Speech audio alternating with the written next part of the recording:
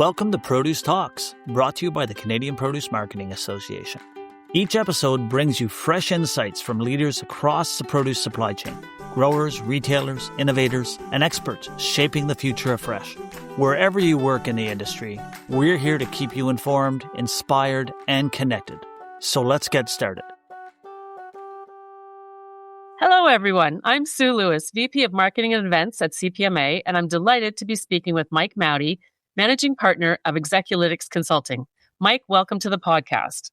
Thank you, Sue. I'm very happy to be here. We're going to talk today about the Canadian consumer with a special focus on the Gen Z cohort by digging in and analyzing a lot of the data that you have from your past several years of research, Mike. Before we get into the analysis, can you give us a bit of background on the research, who you're talking to, and how you go about gathering all this data?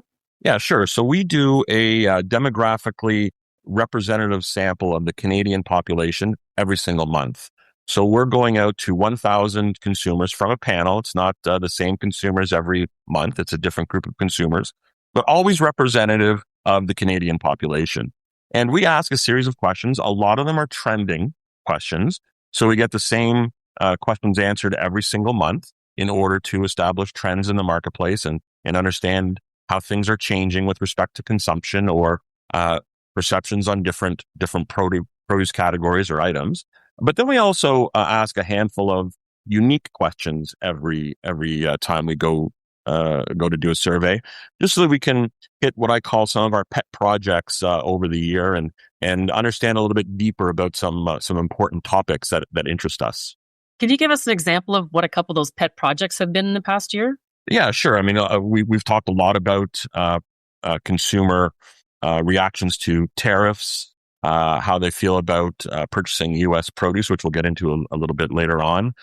We've done some deep dives into plastics usage and some of the concerns around some proposed legislation around plastics, and just all sorts of deep dives into organics or sustainably sourced or any sorts of specific consumer interesting topics with respect to produce consumption, produce habits, that sort of thing. Okay. So we know that 2025 in general was a pretty tough year for a lot of people, many Canadians. No secrets there. But what stood out for you in the world of produce? Well, I would say, for one, taking a look back at the full of 2025, I would consider it almost a blip for us. And if we were to take it back to take a look at 2025 in sort of a broader context over the last number of years, and we start to see some interesting things occurring in the marketplace. You know, as I mentioned, we do consumer surveys every month, and we've been doing that for about the last 4.5 years. And some of those trending questions that we ask, or one of the trending questions that we ask every time we go to the consumers is, how many servings of produce per day are you consuming? And we give them some guidance on what a serving includes. And that gives us an ability to track consumer consumption of fruits and vegetables over the long haul. And lo and behold, what we find is, as there are these blips in the marketplace, so for example, there was a big blip, of course, in 2020 with COVID, and a lot of things happened over that time period. People had a lot of discretionary spend with not a lot of things to spend it on. Right. People weren't able to go to restaurants, so they had time of kitchen discovery where they wanted to replace their restaurant quality type foods. So in that time period, we saw a significant increase in consumption. As we were exiting the pandemic, we were hit with this generational inflation. So that was caused by a number of things, some supply chain disruptions. There was obviously this enormous amount of discretionary spend that caused some of this inflation as well. But as soon as that inflation hit, people tightened up their wallets, and subsequently we saw a decline in consumption. As that inflation eased in 2024, we saw that consumption rise again. And then 2025 hit. And something different happened in 2025. While inflation was still under control, all of a sudden this threat of tariffs started to emerge into the marketplace. And although inflation was still under check, it caused a couple of things. It created a lot of financial anxiety. People didn't necessarily know what was going to happen in the future. And it also created this sort of unique anti-US sentiment in Canada where people were avoiding US products whenever they could. Elbows up. Yes, exactly. Elbows up. And that really had a big contraction on produce consumption. Now, that happened at the very beginning of the year. And some of the things that we checked in on was whether or not people were actively avoiding U.S. produce. And what we found in March is about 60% or 3/5 of the Canadian population said that they were actively avoiding U.S. produce. And this didn't mean that if that was all that was available, they would buy it. This meant they were avoiding it entirely. Right. And so you can imagine how that would be a bit difficult when a significant amount of our produce is coming from the United States to get the produce in order to maintain your consumption levels. So, of course, that caused consumption to drop. As we went through the balance of 2025, those sentiments eased. And by the end of the year, we saw that group of people who were adamant that they weren't going to buy U.S. produce dropped almost in half. And we saw consumption increase again. So it says to me that we're kind of picking up on the trends that we were seeing in 2024 and almost viewing 2025 as a bit of a blip on the radar. Of course, who knows what's going to happen in the future? You know, there's always blips in the radar that occur. So I'm hoping that we're going to pick up where we left off in 2024, but I guess we'll have to wait and see. Yes, and it's interesting to note that in talking to our CPMA members, they were pretty quick to fill that void when consumers were looking for non-U.S. product. We saw, berries coming from South America and people switching their supply pretty quickly. So it's not that there was a lack of availability of a lot of the produce, I think. So it did take a little bit of time for, like you said, the producers and the retailers to catch up to the anti-U.S. sentiment, but very quickly, and one of the hallmarks of the produce industry is we move very, very quickly on things like this. And so, yeah, you're right. Those alternatives were able to be sourced and subsequently brought into the stores for people to buy. And that I'm sure contributed to that creeping up of the consumption as we got through the year. Right. One of the barriers that we consistently hear, though, Mike, from consumers is that price is the major barrier to consuming more fruits and vegetables. But looking at the data, you think there's more to it than what just price. It's not always that straightforward. So can you talk a little bit about that? You're right. We've done a lot of research on exactly that question. And in fact, over the 40 surveys we've done over the last 4.5 years, price has always become the number one reason to avoid purchasing produce. Over 50% of all of our surveyors say that it is the number one roadblock to greater produce purchases. And that doesn't necessarily sound right. I mean, of course, we know that produce fluctuates in price over the seasons. And of course, there are different merchandising strategies that retailers and producers undertake to change those prices. But if we take a deeper look into price in particular, we see a few things, a few insights pop out. So, for example, we take a look at behaviors. We find that 1/3 of those surveyed say that produce preparation is too time-consuming in the kitchen. Another, also 1/3 of the surveyors say that they're concerned that the produce that they purchase is going to go to waste if they don't use it. Half of the population will say that they only buy produce when they have a specific need for it or if they have a recipe for it. And 4/5 say that they buy the same produce week in and week out. So if you take all that together, you end up with a situation in which the consumer is very risk averse. They're concerned about wasting their time, and they're concerned about wasting the produce that they buy, which doesn't necessarily say they're concerned about price, but they're concerned about the value for their dollar. So if they're concerned about spending time in the kitchen that they're not going to get what they want out of it, and they're concerned about throwing their produce out, it really comes into a situation of time and money, not necessarily just price. Right. So, but the perception is that I've spent my hard-earned money on something that didn't bring me the satisfaction I expected. So, therefore, it must be the cost. Yeah, exactly. I'll just put a little plug in here, though, Mike, because CPMA, through our Half Your Plate program, does do a weekly campaign called Fresh 20, where we go through store flyers and point out the amount of produce you can get for $20. So we know there are strategies people can use by doing a little bit of homework before they hit the grocery store and have quite a bit of fresh fruits and vegetables to consume throughout the week.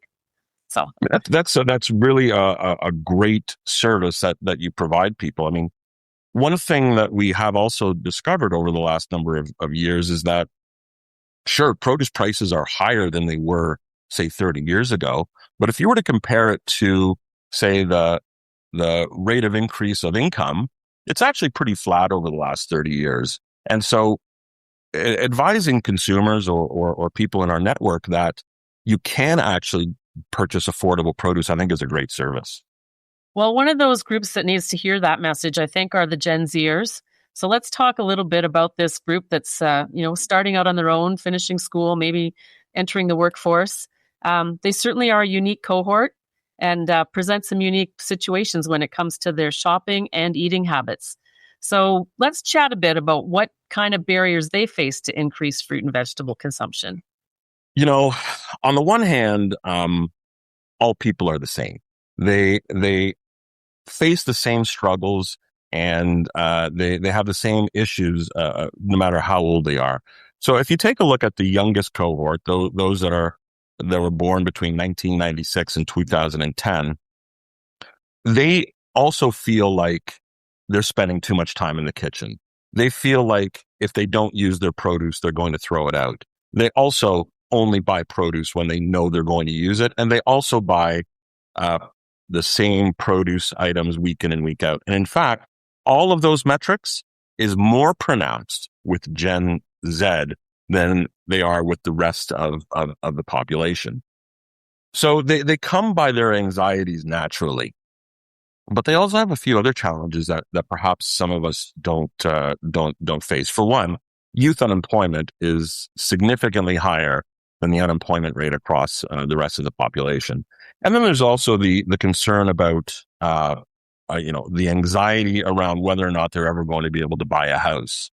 So if you remember, one of the first things we said was that when people feel anxiety over money issues, they tend to spend less on things like produce. And so they're going to consume less. The good thing about this cohort is traditionally they have been more inclined to consume produce than other generations.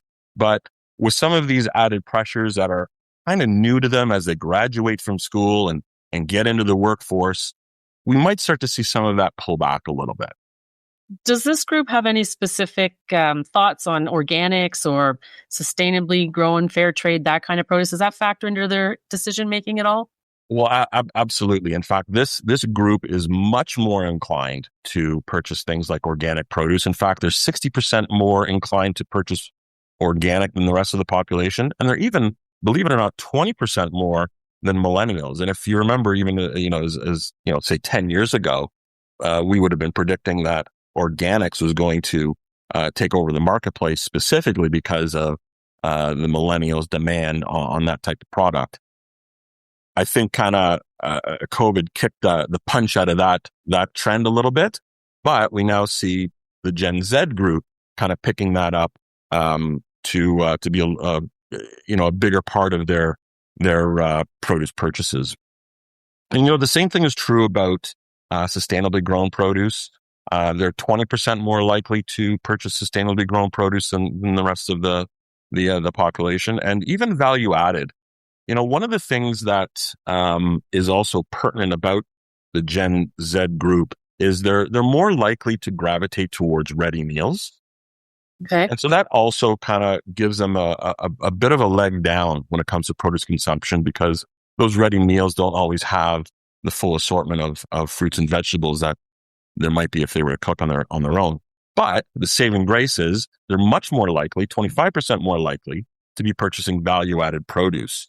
So there's some ups and downs with this group, but definitely they're more inclined to spend a little bit more money on things like organics or whatnot. And they are actually less concerned about price when it comes to price as a roadblock. And so perhaps these types of things will kind of resonate more with them. So if you're giving advice to retailers about attracting these young customers and hopefully making them consumers for life, what would you say to the retailers? What are some strategies they can adopt to appeal to this group? Well, I mean, the interesting thing is, I mean, they have to give the right cues to this group in order to encourage trial. But I'll say, as an industry, we haven't quite got that entire part right yet. You don't have to go very far to be able to find recipes for how to cook just about anything. I mean, Yep. you can internet, you can go on social media, you can even, type in a couple of ingredients into an AI system and you've got a fantastic recipe. But all of those things, although helpful, people still have a significant amount of kitchen anxiety. And somewhere along the lines, we haven't cracked that nut yet. Do you remember the cucumber guy? Absolutely. How can you forget them? Exactly. So I think somewhere in here I have his saying, sometimes you just need to eat a whole cucumber or something like that. When you think about that sort of encouragement, that really resonates with this age group. And somehow I think that there's a solution in there to either support or emulate that sort of online foodie trends that could capture the attention of this age group. It's tough because these things change fast and trends are here today, gone tomorrow. So in order to to really resonate on something like that, you'll have to be totally on top of it. And then the other thing that I think we haven't entirely gotten right yet is the whole value added end of the category. I think we've done a lot of work on getting products that help save time in the kitchen with respect to value added, but we haven't done a lot for trial on new products. So I'm thinking about something like a passion fruit. Many people that I know who are of this age group will try a passion fruit and they'll absolutely love it. My daughter being one of them. But what's going to prompt them to take a look at a passion fruit and think, I'm going to try that? If you're not familiar with it, it's going to be a bit of a tough sell. So perhaps there's some kind of value added option for some of these types of products that this age group is interested in. And also, think about something like an artichoke. If you've never cooked an artichoke before, probably a recipe isn't going to be the thing that kind of motivates you to go buy an artichoke. Maybe there's something that can be done on the value added side that would help encourage, particularly this age group that is into international cuisines or tropical fruits that might capture their attention. Well, we'll keep our eyes open and see if anybody picks up on those value-added offerings over the next year. So, Mike, we just have a couple more minutes. I just want to have you gazing into your crystal ball again as we're heading into 2026, just a month into the year. Any trends you're keeping an eye on or any regional differences you're seeing that you think are worth paying attention to over the next 12 months? Well, in terms of regional differences, it's funny, like I said, people are people, and they seem to respond the same way across different demographics. However, the level that individual demographics sit on some of these trends are a little bit different. One thing I'm watching is how price impacts the Quebec consumer. They are much less inclined to call price a roadblock to produce purchases. And so I'm going to see if that continues to decline relative to the rest of the population, or if it rebounds a bit. We always watch consumption, so we'll continue to watch consumption and see what the next world shock is that causes a blip up or down on consumption. As I mentioned, I'm kind of crossing my fingers, hoping that we just pick up where we were in 2024 and continue to march upward. I also want to see, we've talked a lot about this Gen Z cohort. I want to see as they get more into the grocery store and do a lot more of their own shopping, are we going to see a rebound of organics that has been quite stagnant for the last, 5 or 6 years? Are we going to see sustainably sourced, which has really built a groundswell of support over the last couple of years? Are we going to see that come into the forefront? And then also what's going to happen with value added? Will we see some of these new unique products hitting the value added shelf? And I also want to take a look on an item by item basis.